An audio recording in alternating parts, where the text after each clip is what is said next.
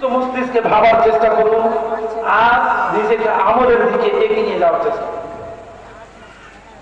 আচ্ছা, আমি একটু আগে বলছিলাম যে আমরা পীর পেয়েছি আলহামদুলিল্লাহ, শারীরিক ডাক্তার, রুহানিও ডাক্তার। তিনি শারীরিক চিকিৎসক, তিনি রুহানিও চিকিৎসক। তো বারাদার, নিজের এলাজ করান, নিজের রুহানি এলাজ করান, শারীরিক এলাজের সঙ্গে সঙ্গে রুহানি এলাজও করান। শুধু আপনি করাবেন তা নয়। আচ্ছা, যত কিছু শুনলেন এখন পর্যন্ত, আমাকে যাহা কিছু শুনলেন, এবার নেকির দিকে আপনি কিভাবে এগোবেন তার জন্য শুধুমাত্র একটা ওয়াকিয়া শুনুন। শুধু ওয়াকিয়া নয়, তাতে আপনার সারা জীবনের নসিহত আছে। আর এই ওয়াকিয়াটাকে যদি আপনি মনে রেখে দিতে পারেন তাহলে আপনি কামিয়াব হয়ে যাবেন। আমি গ্যারান্টি দিয়ে বলছি, আপনি কামিয়াব হয়ে যাবেন। যদি এই ওয়াকিয়াটা মনে রাখতে পারেন, আপনি কামিয়াব হবেনই হবেন ইনশাআল্লাহ। শুনুন বারাদার, শুধু আমি যে আপনাদেরকে বললাম যে রুহানি চিকিৎসা করান তা নয়, আমাদের পূর্বেকার বড় মানুষেরাও আউলিয়া কেরামদের কাছে গিয়ে নিজের চিকিৎসা করাতেন। একটা মানুষ ছিল, খুব গুনাহ করত, খুব ধ্যান দিয়ে শুনবেন, খুব গুনাহ করত। গুনাহ করতে করতে গুনার পাহাড় করে নিয়েছে, বেশুমার গুনাহ করেছে।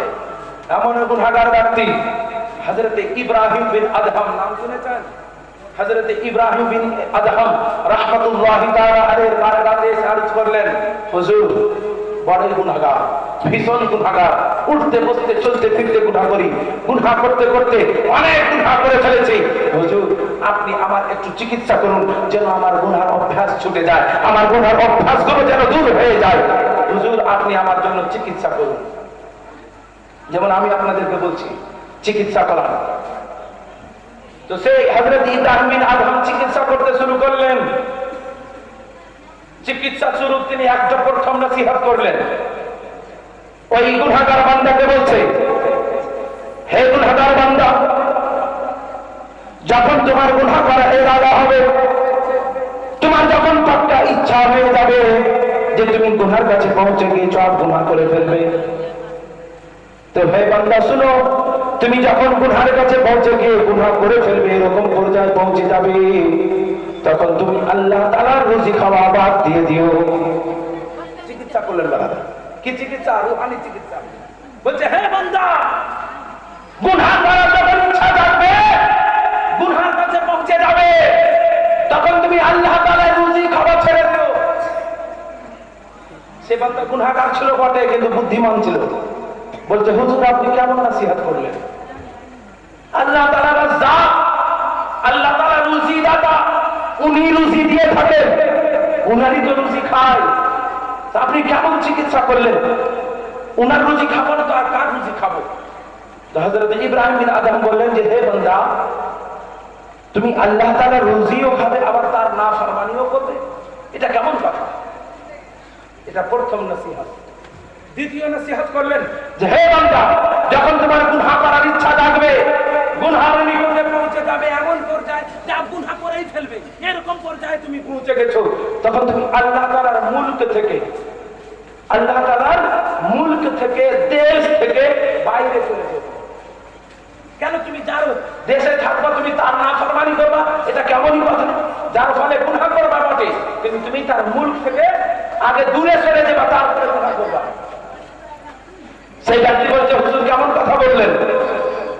যেদিকে তাকাই, আগে পিছে, ডানে বামে, পূর্ব পশ্চিম উত্তর দক্ষিণ উপর নিচে, সব আল্লাহ তাআলারই মুলক, আল্লাহ তাআলারই। এগুলো সব কি? উনারই মিলকিয়ত।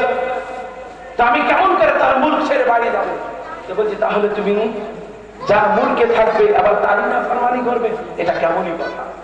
তৃতীয় নসিহত করলেন যে, হে বান্দা, যখন তোমার গুনাহ করার খাইশ জাগবে, এমন খাইশ, এমন ইচ্ছা যা তুমি গুনাহটা করেই নিবে, এরকম ইচ্ছা তোমার জেগে গেছে, তখন তুমি এতটা নিজেকে লুকিয়ে নিবে যেন আল্লাহ তাআলা তোমাকে দেখতে না পায়। সেই বান্দা বলছে যে, হুজুর আল্লাহ তাআলা সামিউন বাসীর, আল্লাহ তাআলা সর্বশ্রোতা, সর্বদ্রষ্টা, তিনি সব সময় দেখেন। তো উনার কাছ থেকে কিভাবে লুকাবো আর কি করে হব? হযরত ইব্রাহিম বিন আদম বলছে যে যখন তুমি লুকাতেই পারবে না তখন তুমি গুনাহ থেকে তওবা কেন করে নিচ্ছ না? চতুর্থ নসিহত করেছিলেন যে হে বান্দা, যখন তোমার গুনাহ করার খাহিশ থাকবে, মালিকুল মউত তোমার কাছে আসবে তোমার রূহ বের করার জন্য, তখন তুমি মালিকুল মউতকে বলি আমাকে একটু সময় দাও, আমি তওবাটা করে নেব। তো বলছে হুজুর, কারো বাপের ক্ষমতা আছে যে মালিকুল মউত আসবে আর তওবার জন্য একটু সময় পাবে? মউতের সময় নির্ধারিত, এক সেকেন্ড এদিকে হবে না এদিকে হবে না। যখন মালিকুল আসবে, মউত আসবে, তখন শেষ ব্যবস্থা হয়ে যাবে। তখন বলছে যে মালিকুল মউত আসার পূর্বে তুমি গুনাহ থেকে তওবা কেন করছো না?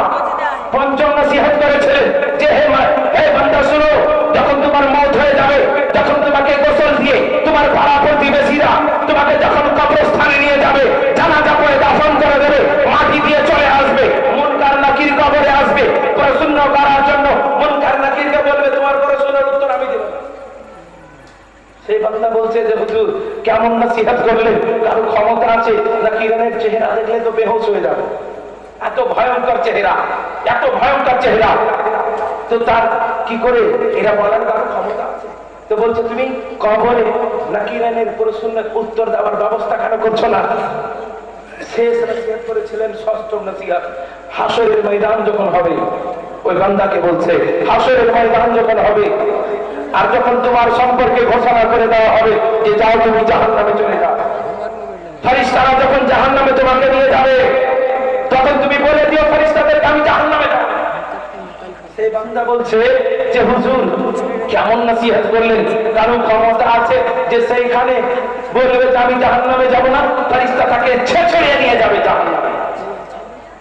তো হযরত ইব্রাহিম বিন আদম রাহমাতুল্লাহ তাআলা আলাইহি তিনি বলতে লাগলেন যে হে বান্দা, যখন তুমি আল্লাহ তাআলার রুজি খাওয়া ছাড়তে পারবে না, আল্লাহ তাআলার মুলক থেকে বাইরে যেতে পারবে না, আল্লাহ তাআলার কাছ থেকে লুকাতে পারবে না, যখন তুমি মালিকুল মউতের কাছ থেকে তওবার জন্য সময় নিতে পারবে না, যখন তুমি নাকিরের প্রশ্নের উত্তর দিতে পারবে না, যখন তুমি জাহান্নামে তুমি হাসরের ময়দানে বলতে পারবে না যে আমি জাহান্নামে যাব না, তো হে বান্দা, এই সমস্ত জিনিসের তৈরি তুমি কেন করছো না?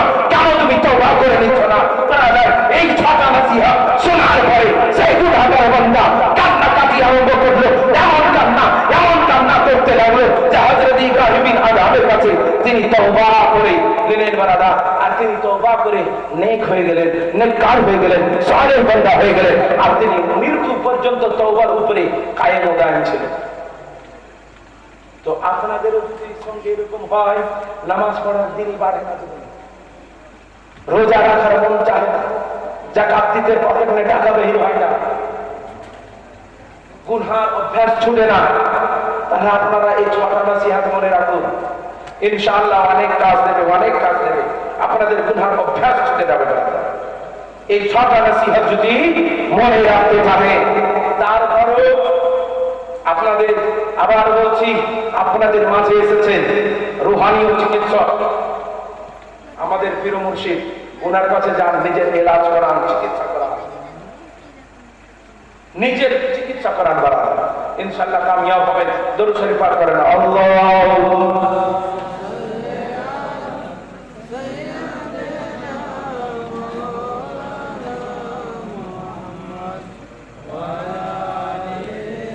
সাইয়্যিদিনা মাওলানা মুহাম্মদ সাল্লাল্লাহু আলাইহি ওয়াসাল্লাম। শেষ নসিহত, শেষ বক্তব্য শুনুন, আর নিজের জীবনের সঙ্গে পরীক্ষা করুন, মোকাবিলা করুন, নিজের নফসের সঙ্গে মোকাবিলা করে তাকে পরাজয় করুন, আর এই নসিহতটা শুনুন, ইনশাআল্লাহ কামিয়াব হবেন। শেষ নসিহত।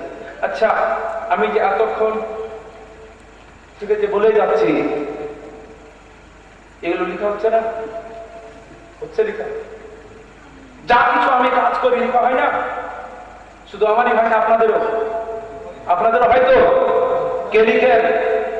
সম্মানীয় কাতিব, সম্মানীয় লেখক।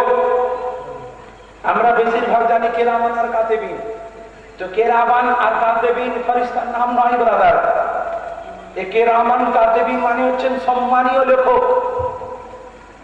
এর মানে হচ্ছে সম্মানীয় লেখক, মানে ফেরেশতা আছে তারা কি করে, গুনাহ এবং নেকি লিখার কাজ করে। তো বান্দা যখন মারা যায় তো মুনকার এই কেরামান আর কাতেবিন যে ফেরেশতা আছে তাদের ডিউটি শেষ। মানুষ মারা যায় তার নেকি বা গুনাহ করতে পারে না করতে। হ্যাঁ, ওটা আলাদা হিসাব, যে কিছু সাদকায়ে জারিয়া হয় যেগুলোর নেকি কবর পর্যন্ত পৌঁছতে থাকে মরার পরও, ওটা আলাদা হিসাব। কিন্তু মানুষ নিজে গুনাহ কিংবা নেকি মরার পরে করতে পারে না। তো যখন করতে পারবে না তখন এই ফেরেশতাদের ডিউটি শেষ। যখন কি ডিউটি শেষ তখন এই ফেরেশতা আল্লাহর বারকাতে আরজ করেন, রব্বুল আলামিন আপনার এই বান্দার কাছে আমাদেরকে আপনি রেখেছিলেন, নিয়োজিত ছিলাম, ডিউটিতে ছিলাম নেকি এবং গুনাহ লেখার জন্য। আপনার বান্দার মওত হয়ে গেছে, এখন আমরা কি করব? রব্বুল আলামিন আপনি আমাদেরকে আসমানে ডেকে নেন, আমরা আসমানে গিয়ে আপনার তাসবিহ ও তাহলিল করব, আপনার ইবাদত বন্দেগী করব। আল্লাহ তাআলা বলছেন, ফেরেশতা আমার আসমান ইবাদত বন্দেগীকারীতে পরিপূর্ণ রয়েছে। ফেরেশতারা যখন আরজ করলেন, রব্বুল আলামিন তাহলে আমাদেরকে এই দুনিয়ার বুকে কোথাও একটা জায়গা দিয়ে দেন যেখানে গিয়ে আমরা আপনার তাসবিহ ও তাহলিল করব। কে বলছেন?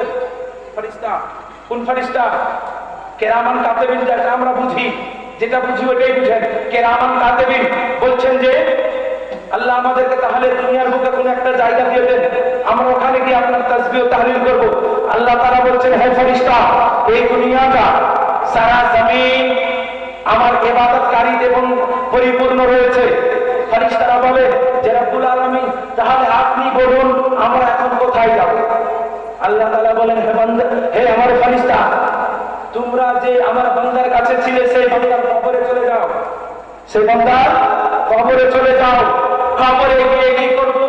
আল্লাহ তাআলা বলছেন, হে বান্দা, হে আমার ফেরেশতা, তোমরা কবরে গিয়ে বান্দা যদি নেককার হয়, বান্দা যদি নেককার হয় তাসবিহ ও তাহলিল পড়তে থাকো আর তার নেক আমলের খাতাতে লিখতে থাকো।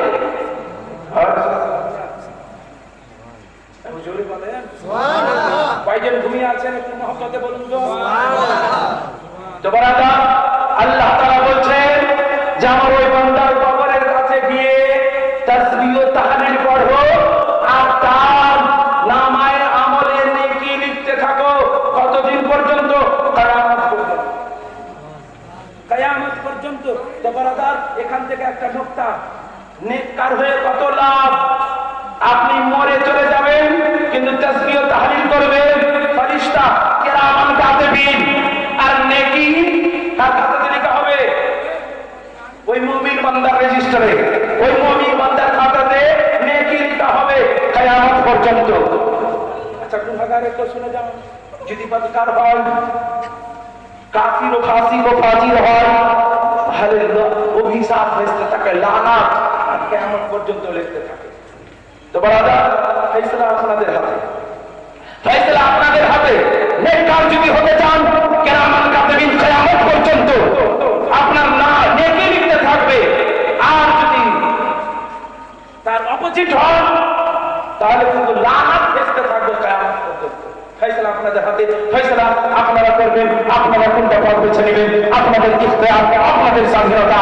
এখান থেকে আমি নিজের বক্তব্য শেষ করলাম। বলার মাধ্যমে ভুল ভ্রান্তি হয়ে থাকলে খোদার দরবারে তওবা করছি। একবার আপনারা আমার সঙ্গে তওবা করে নেন, বলুন আস্তাগফিরুল্লাহ রাব্বি মিন কুল্লি যামবিন ওয়া আতুবু ইলাইহি লা ইলাহা ইল্লাল্লাহু মুহাম্মাদুর রাসূলুল্লাহ সাল্লাল্লাহু আলাইহি ওয়াসাল্লাম। আসসালামু আলাইকুম ওয়া রাহমাতুল্লাহি ওয়া বারাকাতুহু।